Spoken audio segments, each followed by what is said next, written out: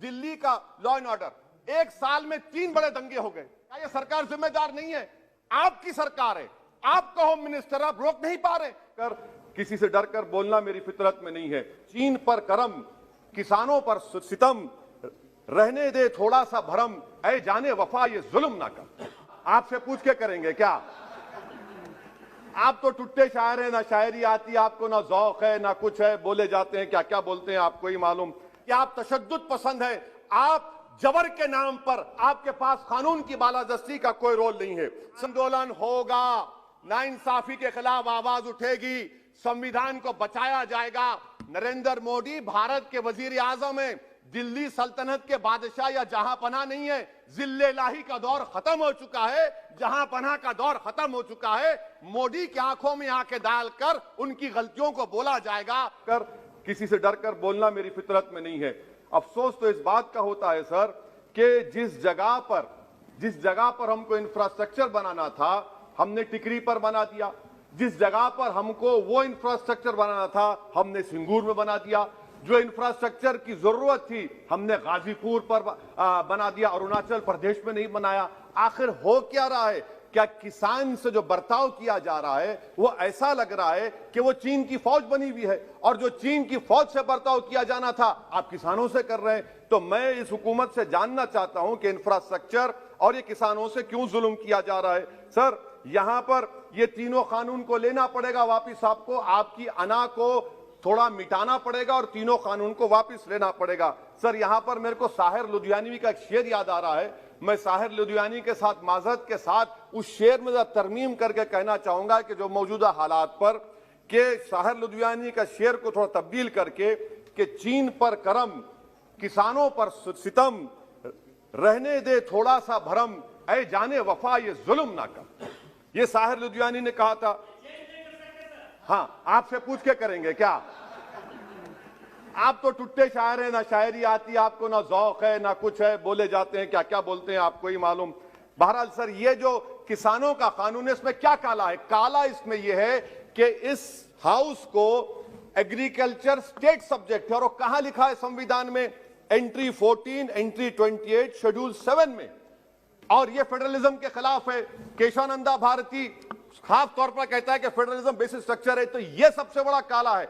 और सर ये पूरा किसानों के एजिटेशन से क्या बात मालूम हुई कि सरकार को इस लोकसभा की अजमत, इसकी खूबसूरती की कोई इनके पास हैसियत नहीं है। सरकार इस ऐवान से डरती नहीं है। सरकार किससे डरती है? जब लोग रोड पर निकल कर आते हैं तो मोदी जी की नींद हराम हो जाती है। तो वही आप पैगाम दे रहे हैं कि लोग रोड पर निकले तो सरकार कहती है कि हम 1.5 साल तक कानून को मुलतवी कर देंगे।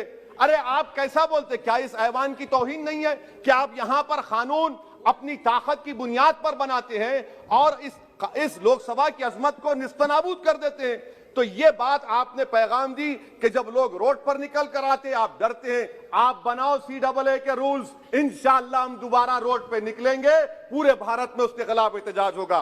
सर तीसरी बात, सबका साथ, सबका विकास, सबका विश्वास, ये भी झूठ है। क्यों झूठ है? बाबरी मस्जिद के डेमोलिशन का केस आता है, जजमेंट आता है, और केस में कहा जाता है कि किसी ने नहीं तोड़ा। अगर सरकार उस जजमेंट के खिलाफ अपील क्यों नहीं करती? अपील क्यों नहीं करती? एक क्रिमिनल एक्ट सुप्रीम कोर्ट ने कहा डेमोलिशन ऑफ बाबरी मस्जिद को। आप हुकूमत में हैं, आप अपील इसलिए नहीं कर रहे क्योंकि आप अपने लोगों को पैगाम देना चाहते हैं। क्या पैगाम देना चाहते हैं? कि बेटा काशी मथुरा में भी तोड़ दो, हम तुम्हारे साथ हैं। अपील नहीं करना चाहते बाबरी मस्जिद डेमोलिशन केस को। क्या आप इंसाफ पसंद नहीं है? क्या आप मजलूम के साथ नहीं खड़े रहना चाहते? क्या आप जालिमों को जेल में नहीं भिजाना चाहते जिन्होंने 6 दिसंबर को बाबरी मस्जिद को शहीद किया? आपकी खामोशी इस बात का इकरार है कि आप तशद्दुद पसंद है।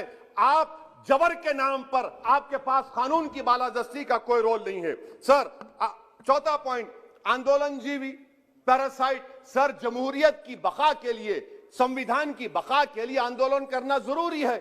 और वजीर आजम या कोई बरसर इख्तिदार जमात के लोग अगर आंदोलनजीवी पैरासाइट का लफ्ज इस्तेमाल करेंगे तो मैं याद दिलाना चाहता हूं सर आपके जरिए से इस हुकूमत को कि हिटलर ने जर्मनी में यहूदियों के खिलाफ इनको कॉकरोचेस का, टर्माइट्स का, उसके बाद 20 मिलियन आप देखते हैं कि 2 मिलियन से ज्यादा यहूदियों को गैस के चेंबर में डाला गया। इस तरह के अल्फाज इस्तेमाल करने से क्या आप भारत में वही जर्मनी की तारीख को दोहराना चाहते हैं? और सर आप सुन लीजिए। जी सर, थोड़ा बहुत क्या सर बोलते समय में। हाँ सर, जी सर, आप आगे ना सर, आप प्रोटेक्शन है मुझे, अब तो कोई फिक्र की बात नहीं, और खुल के बोल सकते सर। आप आगे सर, स्पीकर आ गए सर, अब तो क्या है सर, आप हमारे लिए हैं सर। यहां पर आंदोलन जीवी, आंदोलन नहीं करना। अरे किसी शायर ने अच्छा कहा था कि जिसमें ना हो इनकलाब, मौत है वो जिंदगी, रूह है वम की हयात, कश्मकश है इनकलाब। सर अब फॉरेन पॉलिसी पे आ जाइए। किसी ईना मीना डीका ने ट्वीट किया, आपने परेशान हो गए। ईना मीना डीका ने ट्वीट किया, आप खड़े हो गए। अरे कौन सी फॉरेन पॉलिसी है आपकी? भारत के अतराफ में जितने पड़ोसी हैं, चीन हमला किया, कौन सा एक पड़ोसी है जो चीन के खिलाफ बोलता है? बताइए। कोई नहीं बोलता, मुंह नहीं खोलता। श्रीलंका में आप पोर्ट बना रहे हैं, किसके साथ? जापान के साथ। किसको काम मिल रहा था? आपके नूरे नजर को, आपके नूरे नजर को, आपके चहीते नूरे नजर को। श्रीलंका ने कहा हम भारत को नहीं बनाने देंगे टर्मिनल पोर्ट यहां पर। आप बताइए फॉरेन पॉलिसी। सर नेपाल का वजीर आजम कहता है कि भारत से ताल्लुकात उस वक्त तक बहाल नहीं होंगे जब तक कि भारत नेपाल की जमीन वापस नहीं करता। कहां सो रहे हैं सर आप? पड़ोस में कोई हमारा दोस्त नहीं है। चीन बांग्लादेश से कोविड की बात करता है, अफगानिस्तान से अमेरिका छोड़कर जा रहा है। क्या आपके पास कोई पॉलिसी है गनी हुकूमत को सपोर्ट करने की? आपके पास कोई पॉलिसी नहीं है। अच्छा, बात कश्मीर की आई। कौन है इम्तियाज, कौन है अबरार, कौन है इब्रार? इनको शोपियान में एनकाउंटर पर मार दिया गया, प्रूव हो गया। और ब्रिगेडियर आरा सेक्टर का जिसने इनको टेररिस्ट कहकर मारा, उसको अवार्ड देते हैं आप। सर इन मरने वाले कश्मीरियों के लिए कौन रोएगा? क्या वजीर आजम रोएंगे? क्या वजीर आजम रोएंगे? क्या कोई रोएगा? अच्छा सर, एक और बात सर, एक और बात। हाँ एक और बात आई कि शादी के घर में गुस्सा होता है। अरे ये कौन सी शादी की बारात है कि 18 लाख करोड़ टैक्स मिलता है और 36 लाख करोड़ ये सरकार खर्चती है?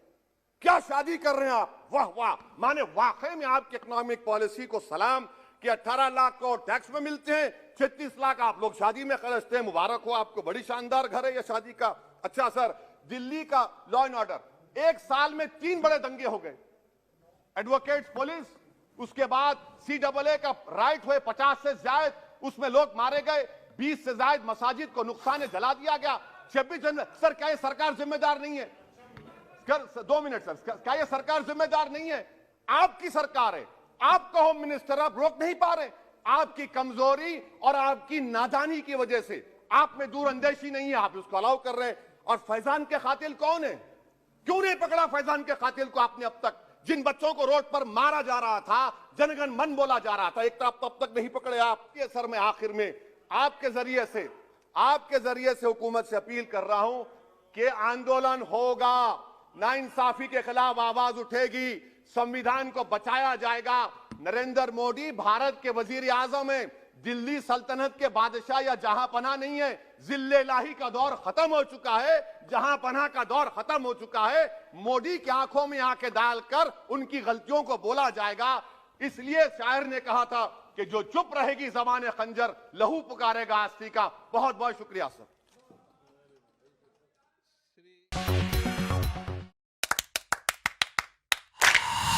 Dynamic Success the Junior College. Enter to win. Masters in MPC and BPC. Integrated coaching for NEET, IIT, JEE. Separate block for girls.